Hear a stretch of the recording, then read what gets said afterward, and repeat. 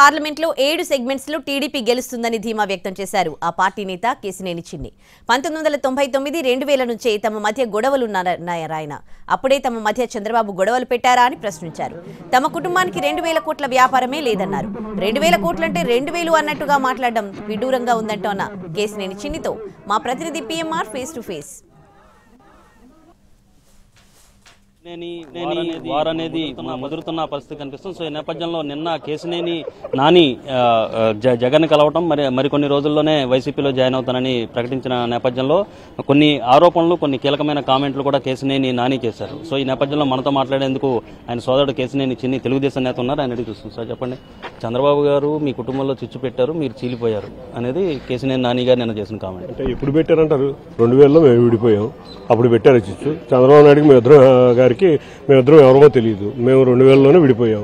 చిచ్చు పెట్టింది అప్పటి నుంచి మా మధ్య గొడవలు ఉన్నాయి. అప్పుడు కూడా పోలీస్ కేసులు అయినాయి.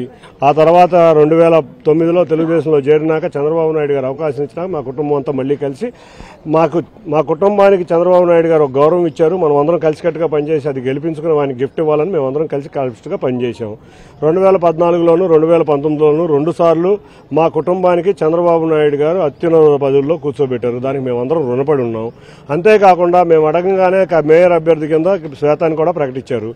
ఇటువంటి సమయంలో ఎవరికి ఏం అన్యాయం జరిగిందో మరి మాకైతే అర్థం కావట్లేదు. 2000లో మీరు చీలిపోయారు, 2014లో కలిసామన్నారు. సో అప్పటి నుంచి కలిసి ఉన్న కుటుంబం మళ్ళీ ఇప్పుడు చీలిపోయినట్టే కదా. 2014లో ఎలక్షన్లు అయిపోయినాక నేను వెళ్ళి నా వ్యాపారం చేసుకున్నాను. ఏ రోజు రాజకీయాల్లో లేను. మీకు తెలుసు, ఇక్కడ ఉన్న ప్రజలందరికీ తెలుసు. మళ్ళీ నేను రాలేదు. అంతే చంద్రబాబు నాయుడు శిశు పెట్టారా 2014లో. అంతేకాకుండా మీరు చూస్తే 2019లో ఎంపీ కింద అయిన కాడి నుంచి నిత్యం విమర్శలే. చంద్రబాబు నాయుడు గారిని కానీ తెలుగుదేశం నాయకులు కానీ ఎవరినైనా విమర్శించడమే ధ్యేయంగా పెట్టుకున్న వ్యక్తులు వాళ్ళు. కాబట్టి వాళ్ళ ఎజెండా 2019 తర్వాత ఏదో ఎజెండా పెట్టుకుని పనిచేస్తున్నారు. నేను వచ్చింది 2020 తర్వాత, కరోనా తర్వాత రాష్ట్రం ఇబ్బందుల్లో ఉంది. చంద్రబాబు నాయుడు గారు కూడా ముఖ్యమంత్రిలో లేదు. ఏదో ఒకటి ప్రజలకు సేవ చేద్దామని నేను నిత్యం ప్రజాసేవలోనే తెలుగుదేశం నాయకులు కార్యకర్తలతో తిరిగాను. కానీ ఈ రోజు పార్టీ కార్యక్రమాల్లో మీరు చూస్తే ఒక్కరోజు లేను. సార్, ఆయన ఇంకో కామెంట్ చేశారు. 2000 కోట్లు పార్టీ వల్ల నష్టపోయానని చెప్పని అన్నారు. సోదరుడిగా మీరు ఆయన 2000 కోట్లు నష్టపోతామంటే మీరు ఎందుకు ఆపే ప్రయత్నం చేయలేదు? 2000 కోట్లు మా కుటుంబంలో వ్యాపారం విడిపోయింది. వ్యాపారంలో కలిసి ఉంటే ఏదన్నా సలహాలు ఇవ్వచ్చు, ఏదన్నా చేయొచ్చు. 2000 కోట్లు అంటే నాకేం అర్థం కావట్లేదు. 2000 కోట్లు అంటే 2000 రూపాయలలాగా చెప్పేస్తున్నారు అందరూ. అంత వ్యాపారం ఉందా? అంత వ్యాపారం ఉందే. విజయవాడలో ఉన్న ప్రతి ఒక్కరు చాలా మంది బస్సు ఆపరేటర్లు ఉన్నారు. వీళ్ళందరూ కూడా 1000-2000 కోట్ల సమీపంలో ఉండాల్సి. అంటే ఆయన పార్టీలోకి వచ్చినప్పటి నుంచి తన డబ్బులతోనే కృష్ణా జిల్లాలో పార్టీ నడిపించాను. 2014కు ముందు జరిగిన కార్పొరేషన్ ఎలక్షన్స్ లో టీడీపీని గెలిపించింది కూడా తానే, అందరినీ ఖర్చు పెట్టి మరీ గెలిపించానని చెప్పి ఆయన చెప్తున్నారు. 2014 కార్పొరేషన్ ఎలక్షన్స్ లో నేను కూడా దగ్గర నుంచి చూశాను. ఏ రోజు రూపాయి ఖర్చు పెట్టలేదు ఆయన. ఆ రోజు టీడీపీ యొక్క ప్రజాబలంతో గెలిచిన అభ్యర్థులందరూ. రెండో విషయం మీరు చెప్పేది, అప్పటికే ఆయన ఆర్థిక పరిస్థితి బాగోలేదు.